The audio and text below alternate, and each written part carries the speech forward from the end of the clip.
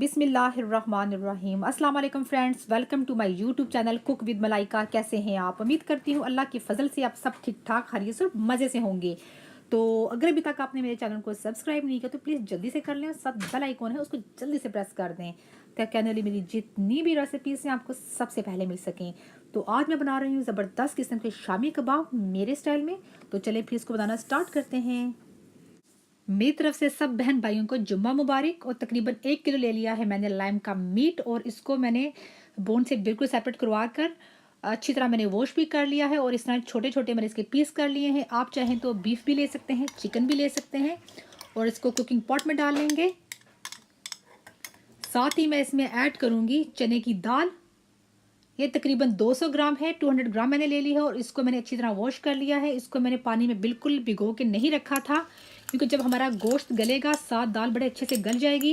इसको भिगोने की ज़रूरत नहीं है, लेकिन अगर आप करना चाहते हैं तो आपकी अपनी मर्ज़ी, आप कर सकते हैं। साथ ही मैंने ले लिया है लहसुन, थोड़ा सारा अदरक, इसको मैंने छील के स्लाइस में इस तरह काट लिया है और तकरीबन 4 छोटे प्याज लेकर उनके 4 पीस कर लिए हैं क्योंकि वैसे भी ये जब हम गोश्त गलाएंगे सब चीज़ें अच्छे से गल जाएंगी। इन सब चीज़ों को हम इसमें शामिल कर लेंगे। जो दाल चने की मैंने इसलिए नहीं भिगोई थी कि जो गोश्त है गलने में टाइम लेता है, तो दाल जो बड़े अच्छे से इसके साथ गल जाएगी।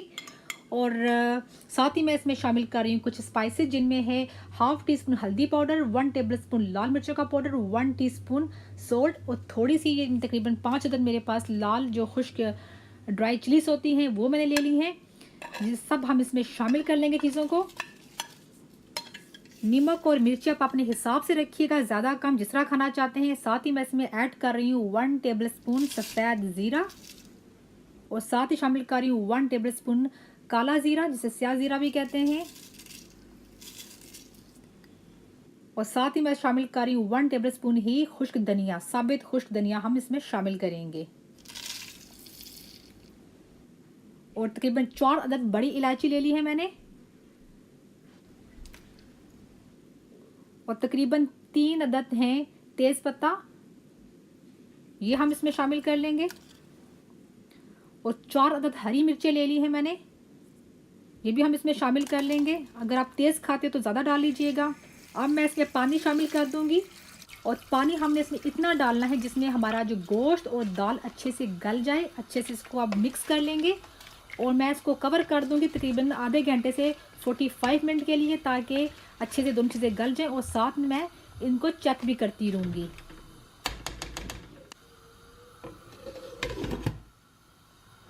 चलिए चेक कर लेते हैं।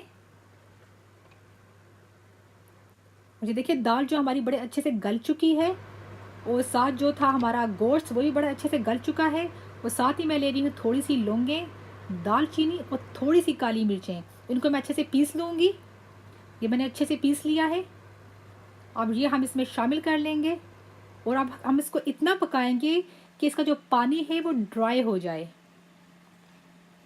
फ्लेम जो है मैंने मीडियम रखी हुई है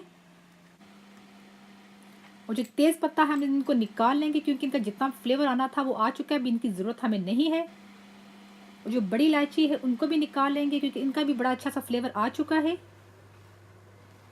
अब हम इसका पानी ड्राई कर लेना है और ये देखिए पानी जो है अच्छे से ड्राई हो चुका है तकरीबन। और मैंने अब इसकी फ्लेम बंद कर दी है और जब ये ठंडा हो तो इसको अच्छे से पीस लीजिएगा, लेकिन मैं ठंडा होने का वेट नहीं करूँगी क्योंकि हमारे घर में सख्त इंतज़ार हो रहा है कबाब का और उसको मैं गरम गरम ही पीस लूँगी।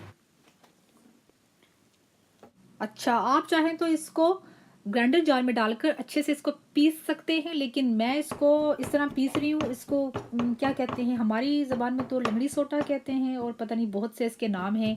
इस तरह पीसने से ज़रा ये होता है जो हमारे शामी कबाब है उनका टेस्ट बहुत ही मज़ेदार किस्म का होगा। अगर आप ग्राइंडर जार में डाल के पीस लेंगे तो बिल्कुल वो मैश बन जाएगा, जिस तरह पोटैटो मैश होता है ना वैसे बन जाता है। तो मैं तो यही कहूँगी इस तरह पीसीगा, ज़्यादा थोड़ी मेहनत है लेकिन मज़ा बहुत आएगा।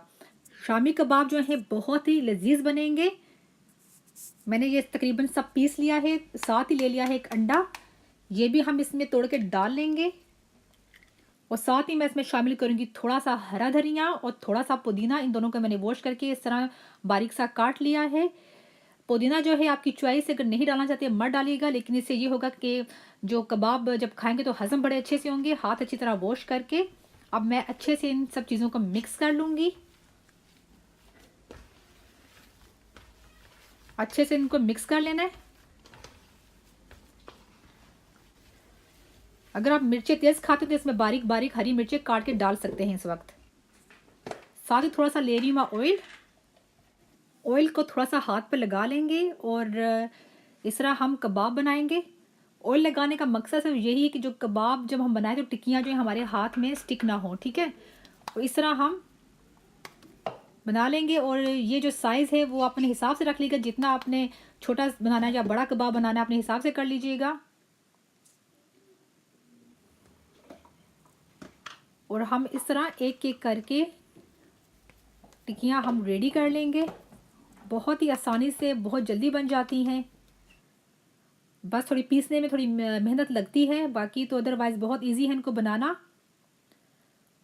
और साथ अगर इसके पुलाव बना हो चिकन का या बीफ का और साथ हरी चटनी हो और सैलड कटा हुआ, तो बिलीव करें कि मज़ा आ जाता है खाने का शामी कबाब।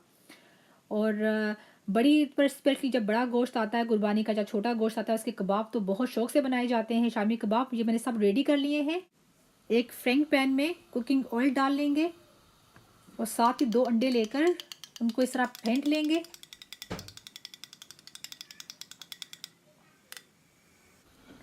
और जो हमने टिक्कियाँ रेडी की हैं इसमें डिप करके अच्छे से हम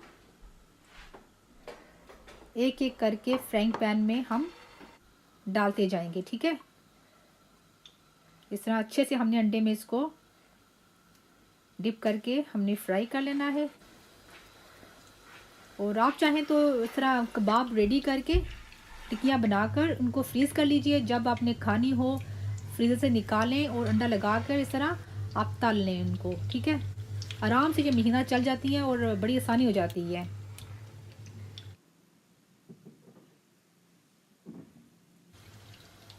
अच्छे से इनको हम पका लेंगे। अच्छे से क्या पकाना है, क्योंकि ऑलरेडी हमारा जो दाल है और मीट तो गला हुआ है।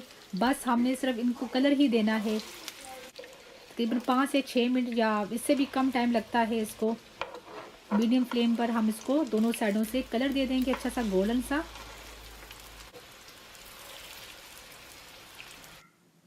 बस थोड़ा सा ऊपर से प्रेस कर लेंगे।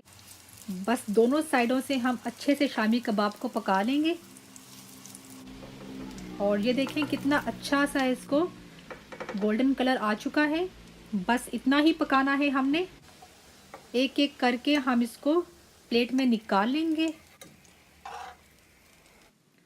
और साथ ही जो हमारे बाकी कबाब हैं उनको भी हम जल्दी से पका लेंगे।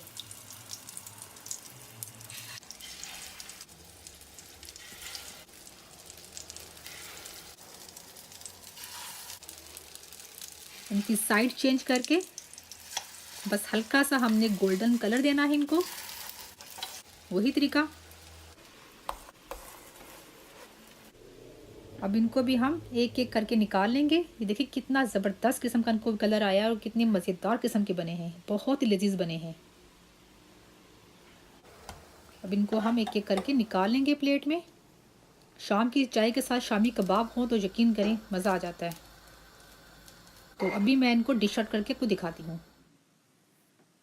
तो लीजिए फ्रेंड्स, हमारे ज़बरदस्त किस्म के शामी कबाब रेडी हो चुके हैं। बहुत लजीज, बहुत ही मज़ेदार किस्म के बने हैं। और अगर आपको मेरी ये रेसिपी अच्छी लगी है तो प्लीज़ मुझे कमेंट्स में ज़रूर बताइएगा और इसको लाइक ज़रूर कीजिएगा। और चलिए अपना बहुत सा ख्याल रखिएगा और दुआ में हमें याद रखिएगा। अल्लाह हाफिज़।